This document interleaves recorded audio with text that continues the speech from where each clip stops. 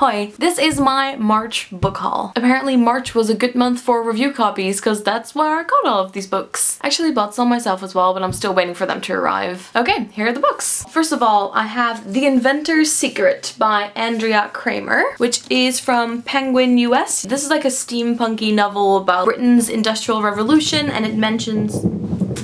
Really? And it also mentions a floating city. The main character is called Charlotte, and it seems like she's trying to kind of live on the edges of society as to not be noticed. I've never actually read a steampunk novel before. Anything that kind of has to do with the British Empire, I'm always quite interested in. Then we have Burial Rites by Hannah Kent, which is by Picador. First thing you notice about this book, obviously, is that the outside of the pages is like a black, kind of purpley black. It is a story of a woman called Agnes, and it takes place in Iceland in 1829, and she's accused of the murder of her lover, and while she's being convicted or something along those lines, she has to live with a family who obviously aren't too pleased with having a murderer under their roof. And apparently it is based on a true story, and I've never really read anything that's set in Iceland before. Then we have The Miniaturist by Jessie Burton. I have been trying to gather books that are set in the Netherlands or in Amsterdam specifically, because at some point I do want to make a video where I talk about books that are all set in the Netherlands. This book is set in the 17th century in Amsterdam, which was the golden age. People were doing pretty well in Amsterdam, and it is about a girl called Nella Ortman. She's supposed to marry this really rich guy called Johannes Brandt, and he gives her a doll house, like a miniature version of their house, and then a miniaturist is supposed to kind of furnish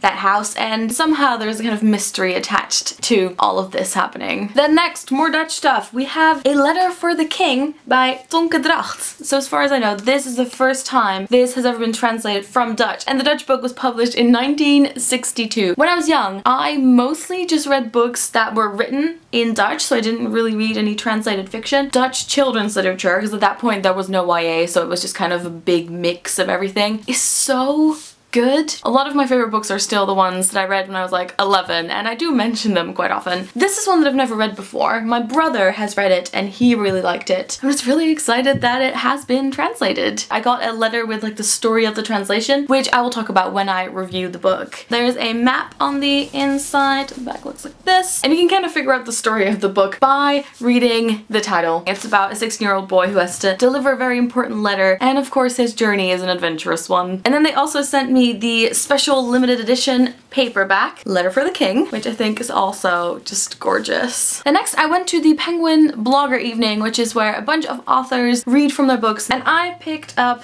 Elizabeth is Missing by Emma Healey, and on the front cover it says, "How do you solve a mystery when you can't remember the clues?" The main character is called Maud, and she constantly forgets stuff, but the only thing that she remembers is that her friend Elizabeth is missing. And the part that the author read was about Maud being in a shopping center and breaking a vase and then not remembering her address or who she came with. And this wouldn't be like my usual pick, but the great thing about that event is that you can hear the authors read from their book, and then based on that you can kind of figure out if you want to read it or not. Then I also got The Strangler Vine by MJ Carter, which obviously is beautiful, and it is set, I think, for the most part in India. Once again, we have a map at the front. Whenever there's a map, you know you're usually in for a good story. It is set in 1837 and is connected to the East India Company and like an unlikely couple of partners have to solve a mystery, and apparently it has a dash of Sherlock. This one actually was kind of a gift. My friends Emily and Jamie moved out of their house and they couldn't pack